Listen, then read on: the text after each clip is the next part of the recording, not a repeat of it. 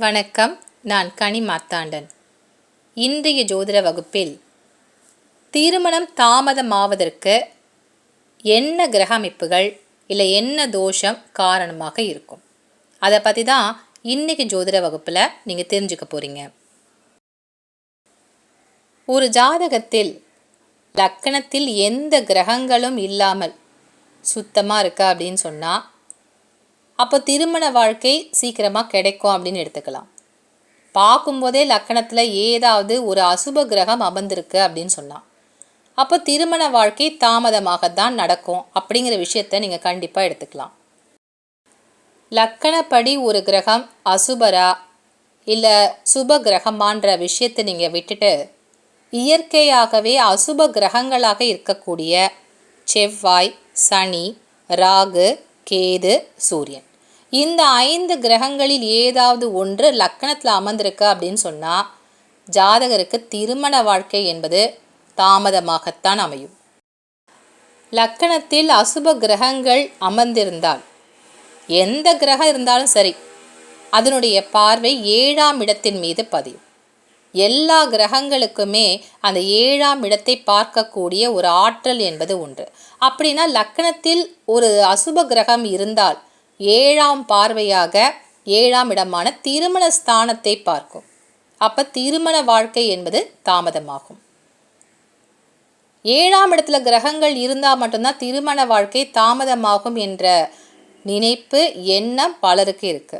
ஆனால் லக்கணத்தில் அசுப கிரகம் இருந்தாலும் திருமண வாழ்க்கை என்பது தாமதமாகும். இந்த அசுப கிரகங்களுடன் மாந்தியம் சேர்ந்து லக்கணத்தில் அமர்ந்து விட்டால் அவ்வளவு சீக்கிரத்தில் திருமண வாழ்க்கை என்பது ஜாதகருக்கு கிடைக்காது. லக்னாதிபதி செவ்வாயாகவோ இல்லை அசுப கிரகங்களில் ஒன்றான சனியாகவோ இருந்தாலும் லக்கணத்திலே அமர்ந்து விட்டால் திருமணம் தாமதமாகத்தான் நடக்கும். அடுத்ததாக களத்திர தோஷம் ஒரு ஜாதகருக்கு இருந்தால் திருமணம் தாமதமாகும். இந்த களத்திர தோஷத்தை எப்படி கணிக்கலான்னு பார்த்தீங்கன்னா, எப்படி லக்கணத்தில் அசுப கிரகங்கள் இருந்தால் தாமதமாகுமோ அதே 5 கிரகங்களில் ஏதாவது ஒன்று 7ஆம் இடத்தில் இருந்தாலும் திருமணத்தை தாமதப்படுத்தும். அப்போ இந்த களத்திர தோஷம் என்பது 7ஆம் இடத்தில் சுக்கிரனான சுபகிரகம் அமர்ந்தாலும் தாமதம்தான். ஏன்னா 7ஆம் இடத்தில் ஆண் ஜாதகருக்கு சுக்கிரன் இருக்கிறது, காரகோ பாவநாஸ்தி. அப்போ அதனுடைய காரகத்துவத்தை தரக்கூடிய சுக்கிரனை 7ஆம் இடத்துல இருந்தால் திருமணம் தாமதமாகும். பெண் ஜாதகி என்றால் 7ஆம் இடத்தில் தனித்த குரு இருந்தாலும் தாமதமாகும்.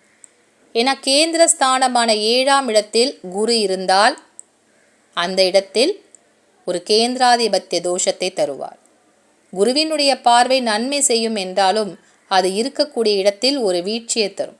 அப்போ 7ஆம் இடத்தில் பெண் ஜாதகத்தில் குரு தனித்த நிலையில் இருந்தால் திருமணம் தாமதமாகும். இந்த களத்திர தோஷத்திற்குரிய விதிகள் என்ன அப்படின்னு பார்த்தீங்கன்னா, 7ஆம் இடத்திற்குரிய அதிபதி ஜென்ம லக்கணத்திலிருந்து 6, 8, 12 ஆகிய மறைவு ஸ்தானங்களில் இந்த 7ஆம் இடத்த அதிபதி அமர்ந்திருப்பது. அப்படி 7ஆம் இடத்த அதிபதி மறைந்து விட்டாலும், ஏன்னா இந்த 6, 8, 12 என்ற மறைவு ஸ்தானங்கள் மட்டும் கிடையாது, துர்ஸ்தானங்கள் அப்படின்னு சொல்லுவோம். இந்த ஸ்தானங்களில் அமர்ந்து விட்டாலும் திருமணம் தாமதமாகும். ஒருவேளை இந்த 6, 8, 12க்குரிய அதிபதிகளில் ஒன்று 7ஆம் இடத்துல இருந்தாலும் திருமண வாழ்க்கை என்பது தாமதமாகும். அது லக்கணப்படி தான் நீங்கள் கணிக்கணும். இயற்கை சுபரா பாவரா என்ற கணிப்பை தாண்டி லக்கணப்படி இந்த கிரகம் எந்த ஸ்தானத்திற்கு உரியது அப்படின்னு பார்க்கணும். விருச்சிக லக்கணத்தில் பிறந்த ஒரு ஜாதகருக்கு 6க்குரிய அதிபதியான குரு 7ஆம் இடமான திருமணஸ்தானத்தில் அமர்ந்திருந்தால் திருமண வாழ்க்கை என்பது தாமதமாகும். ஏனென்றால் 6ஆம் இடத்திற்கு அதிபதியாக வருகின்றார். அது மட்டுமல்ல, துலாம் லக்கணத்தை பொறுத்தவரையில் குரு 3ஆம் இடமான வீரியஸ்தானத்திற்கும் அதிபதி ஆவார். இந்த துர்ஸ்தானங்கள் என்பது 6, 8, 12 தான். ஆனால் 3ஆம் இடமும் ஒரு வகையில் மறைவு ஸ்தானமாகத்தான் வேலை செய்யும். ஒரு 50% துர்ஸ்தானமாகவும் வேலை செய்யும். அதனால்தான் இந்த குரு துலாம் லக்கணத்தில் பிறந்தவர்களுக்கு அவ்வளவு சிறப்பான பலனை தருவது கிடையாது. அதனால் 7ஆம் இடத்துல குரு இருந்தால் சுபகிரகம் அமர்ந்திருக்கு, சீக்கிரமாக திருமண வாழ்க்கை அமையும் அப்படின்னு எடுக்கக்கூடாது.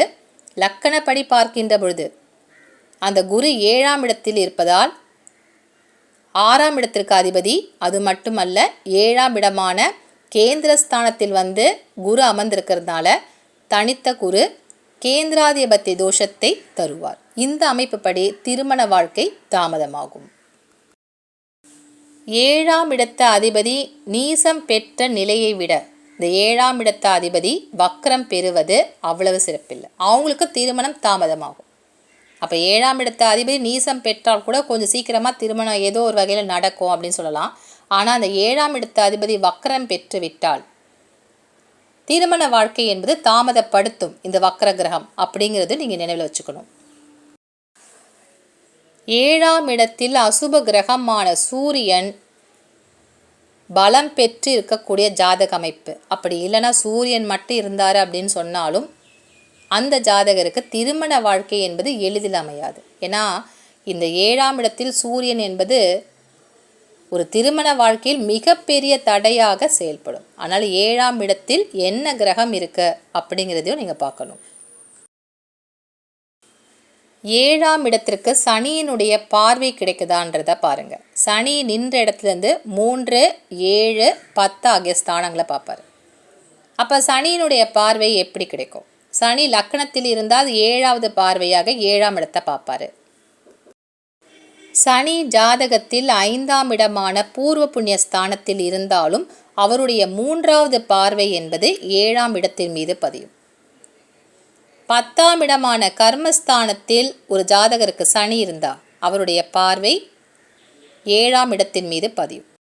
7ஆம் இடத்தின் மீது சனியினுடைய பார்வை படுகின்ற பொழுது நேர்கதியாக செல்லக்கூடிய சனியாக இருந்தால் மட்டும்தான் திருமணம் தாமதமாகும். இதே சனி வக்ரம் பெற்ற நிலையில் இருந்தால் சனியினுடைய பார்வையால் திருமணம் தடைப்படாது, சீக்கிரமாக நடக்கும் அப்படின்னு எடுத்துக்கலாம். ஏனென்றால் வக்ரம் பெற்ற சனியினுடைய பார்வை தன்னுடைய இயல்பிலிருந்து மாறிவிடும். சனி என்றாலே அவருடைய பார்வை தாமதப்படுத்தும். அப்போ வக்ரம் பெறுகின்ற பொழுது அவர் அதை துரிதப்படுத்துவார், சீக்கிரப்படுத்துவார். சீக்கிரமாகவே திருமண வாழ்க்கை என்ற இல்லற வாழ்க்கையை தந்து விடுவார். அப்போ சனி வக்ரகதியில் இருந்தால் சீக்கிரமாக கல்யாண வாழ்க்கை நடக்கும். 7ஆம் அதிபதி நிற்கக்கூடிய நட்சத்திர சாரம் என்னன்னு பாருங்கள். முக்கியமாக கேதுவினுடைய நட்சத்திர சாரமான அஸ்வினி, மகம், மூலம் மற்றும் ராகுவினுடைய நட்சத்திரங்களான திருவாதிரை, சுவாதி, சதயம், இந்த 6 நட்சத்திரக்காலில் இந்த 7ஆம் இடத்த அதிபதி இருந்தாலும் திருமணம் தாமதப்படுத்தும். 7ஆம் இடத்த அதிபதி நிற்கக்கூடிய வீடு என்னன்னு பாருங்கள். அந்த ஸ்தானத்திலிருந்து 1, 5, 9 இந்த 3 ஸ்தானங்களில் ராகு அல்லது கேது இருக்கக்கூடிய ஒரு அமைப்பு. அப்படி இந்த 7ஆம் இடத்த அதிபதியுடன் இந்த ராகு கேது சம்பந்தப்படுகின்ற பொழுது திருமணம் தாமதப்படுத்தும். அது மட்டும் அல்லாமல் எந்த இடத்துல 7ஆம் இடத்த அதிபதி இருக்கின்றாரோ அதற்கு 2ஆம் இடத்தில் ராகு அல்லது கேது இருந்தா அப்போ அந்த ஜாதகருக்கு களத்திர தோஷம் என்பது உண்டு அப்படின்னு எடுத்துக்கலாம். ஏன்னா 7ஆம் இடத்த அதிபதியுடன் இந்த ராகு கேது சேர்ந்திருக்கக்கூடிய இணைவாக்கத்தான் எடுத்துக்கணும்.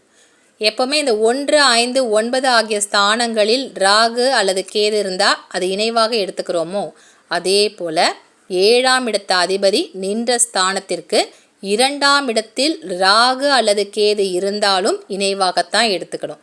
இந்த விதி ராகு கேதுக்கு மட்டும்தான் பொருந்தும். களத்திர தோஷத்தை போலவே பரம்பரை தோஷத்தையும் இந்த திருமண வாழ்க்கையில் நம்ம கணித்து பார்க்கணும். இந்த பரம்பரை தோஷம் என்பது செவ்வாயுடன் ராகு சேர்ந்து அமர்ந்திருக்கக்கூடிய அமைப்பு, செவ்வாயுடன் கேது சேர்ந்திருக்கக்கூடிய அமைப்பு. இந்த 2 அமைப்புகளில் யாராவது ஒருத்தருக்கு செவ்வாய் ராகு இருக்குது இல்லை செவ்வாய் கேது இருக்குது அப்படின்னு சொன்னால் அவர்களுக்கும் இந்த பரம்பரை தோஷத்தால் திருமண வாழ்க்கை என்பது தாமதமாக இருக்கும். அடுத்ததாக புணர்ப்பு தோஷம் ஜாதகத்தில் இருந்தாலும் திருமண தடையாக இருக்கும். இந்த சனியுடன் சந்திரன் சேர்ந்திருந்தா சீக்கிரமாகவே திருமண வாழ்க்கை என்பது அமையாது. இதற்குரிய விதிகள் என்னன்னு பார்த்தீங்கன்னா, சனியுடன் சந்திரன் சேர்ந்து ஒரே ராசி கட்டத்தில் இருக்கிறது. இந்த சனியும் சந்திரனும் தங்களுடைய வீடுகளை பரிமாறிக்கொள்ளக்கூடிய அமைப்பு. இப்போது சனி இருக்கக்கூடியது கடகராசி, சந்திரன் இருக்கக்கூடியது இப்போ கும்பத்திலோ மகரத்திலோ சந்திரன் இருந்தால் அது பரிவர்த்தனை யோகமாக ஜாதகத்தில் வேலை செய்யும். இப்படி சனியும் சந்திரனும் பரிவர்த்தனை ஆகக்கூடியதும் புணர்ப்பு தோஷமாகத்தான் வேலை செய்யும்.